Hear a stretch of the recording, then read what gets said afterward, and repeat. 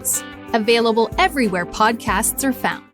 Hello everyone and welcome back to the GSMC Fantasy Sports Podcast, brought to you as always by the GSMC Sports Network. We're in the home stretch of today's show, and we are making a transition to our prop bet segments for the day, starting off with the Denver Broncos.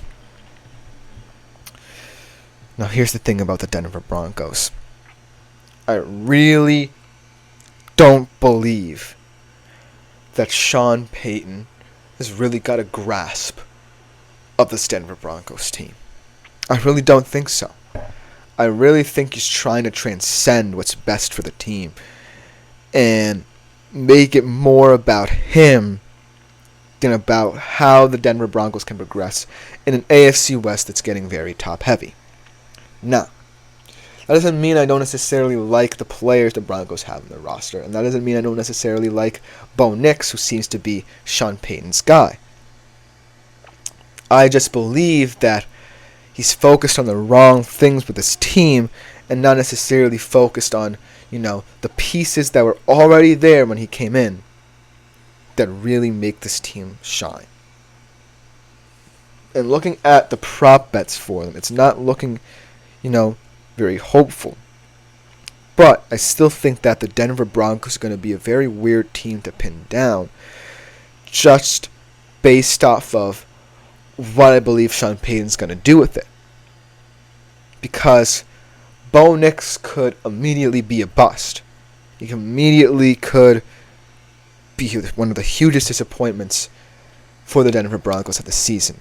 But he can also add value in that if Sean Payton plays his card right somehow, he can become someone who doesn't necessarily have to do too much, but can take advantage of the weapons that he does have, because he certainly has some intriguing weapons that a lot of people might be underestimating. So without further ado, let's jump right into why the Denver Broncos are kind of a betting enigma this year.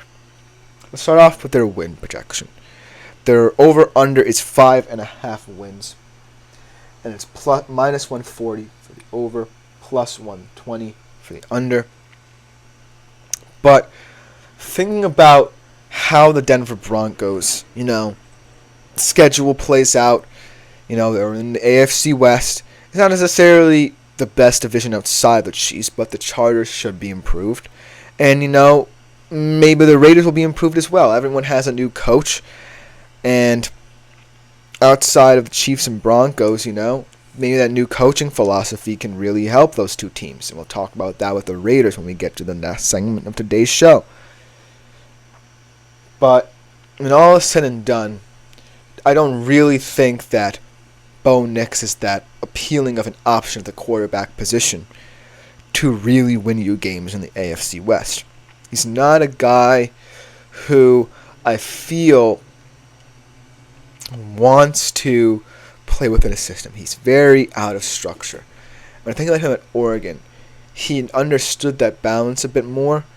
But with the Broncos, I think that their weapons are so well balanced that he's going to have a hard time really understanding how to distribute the wealth here. I think he might get a bit panicky early on in his career, and it could result in him not necessarily progressing through the year, taking it game by game. That being said, Sean Payton seems to have a lot of confidence in him, and so I hope that I hope for their sake that their partnership is good enough for them to show signs of improvement in this first year together. Because as of this moment, I really don't see how they can win 5 games. I can see, somewhere in the NFC West, they have a Week 1 game against Seattle that could be an interesting game. But I don't necessarily see many wins for them.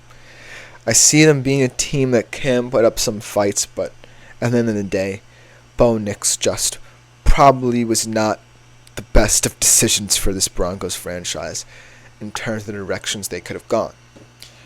Now let's look at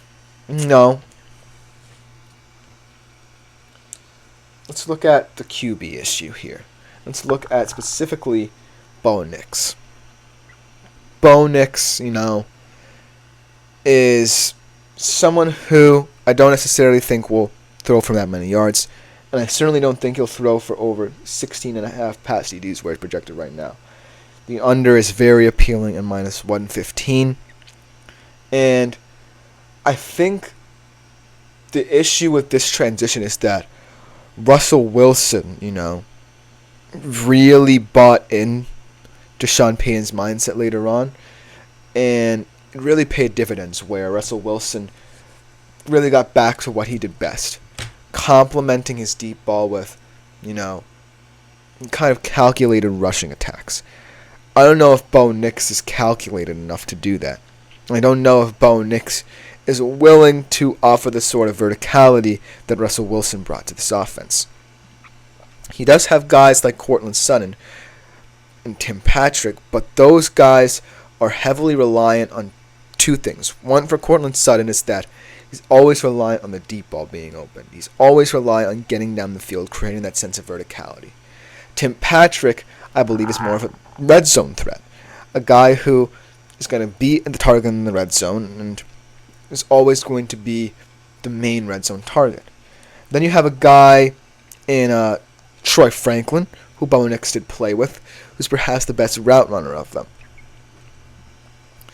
But if you want this whole project to work, you have to bring the best in two receivers who I think the Broncos are going to invest a lot of money into and also are the best in the team. And if Bo Nix, kind of hones in on Troy Franklin instead of, honing in on bona fide, quote-unquote, stars for the Broncos, I really think that this team will suffer because of his inadequacy in understanding that. And so Sean Payton needs to be really careful with how he presents this team. Be really careful with how he presents Bo Nix and how he gets him into a situation where he now understands that he doesn't have to be someone so focused on one thing. But I still think with all of that in the mix, he's going to underachieve in terms of passing touchdowns. He just doesn't have the profile of someone who can get a lot of passing touchdowns in that offense. And I don't think he's going to be able to sustain drives without, distributing the wealth. I think he's always going to look for a Troy Franklin too often. And I think he's going to keep on repeating that pattern until someone tells him no. And I don't know if Sean Payton is afraid enough to tell him no. Now let's talk about that Week 1 game with the Seahawks. Let's talk about the Broncos' schedule as a whole. They do play the NFC West. Potentially they can beat the Seahawks in Week 1, and then they play the Cardinals. So, who knows how they split their NFC schedule. They still have to play 2 games each against the AFC West. And like I said, there's a lot of things up in the air with other teams in the division. New coaches, new philosophies having to be implemented. They might be able to steal a couple wins there. Let's talk about this game against the Seahawks and why it's so pivotal starting out the season. I think that this is going to be a weird game because looking at the coaching battle between McDonald and Sean Payton. Sean Payton obviously has more experience coaching. Mike McDonald, this will be his first game ever as a head coach. That could play into Denver's favor. But I just think that what I'm hearing out of Seattle's camp is that this offense really believes in these coaches. Geno Smith has talked really positively about this. And Seattle, more importantly, has experience. Geno Smith has been in this position. In fact, his first game as a starter was against the Denver Broncos and against the guy he backed up for several years, in Russell Wilson. He knows about pressure. And to top it all off, they're just improving in every area. Denver hasn't really improved in one true area. And I'm taking the points with Seattle, -5 at home. I just believe that Seattle at this point, while they're certainly a team that's more in the middle of the pack than, truly competing to win Super Bowls, I just think that comparing them to the Broncos, I think the Broncos are in a tough situation. I think this game will just all be about, for the Broncos, getting Bo Nix in good situations, getting him prepared for the grind of a 17-game NFL season, getting him prepared, most importantly, to be someone who's primed to play these really tough quarterbacks in this crowded AFC at the top every single week for every Sunday for the next couple of decades. And if he can, Bo Nix that is, really show signs of progression in his first game, then I might have more hope for, say, the win projection. That being said, I don't have hope for Bo Nix, and here's why. If Sean Payton is so rash to let go of Russell Wilson and the experience of having him develop that rapport with Courtland Sutton, a guy you have, then what is that going to say about Bo Nix? If you truly placed that much investment in someone so young, you have to really believe that this guy can be a star for years to come. Because Sean Payton did it with Drew Brees. He believed in Drew Brees. Is that belief enough for Bo Nix? I don't necessarily think so. Because Bo Nix is just someone that I don't necessarily think has the goods to deliver on a weekly basis for the Denver Broncos. Because I don't think he understands the nuances of the NFL. And it's going to show immediately in week 1. And if he can't get going, then I fear the Denver Broncos will truly hit all the unders in terms of their betting odds.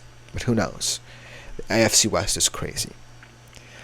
To finish up today's show, we were going to transition to the Las Vegas Raiders and their interesting situation. We'll be right back to close out the show with that segment.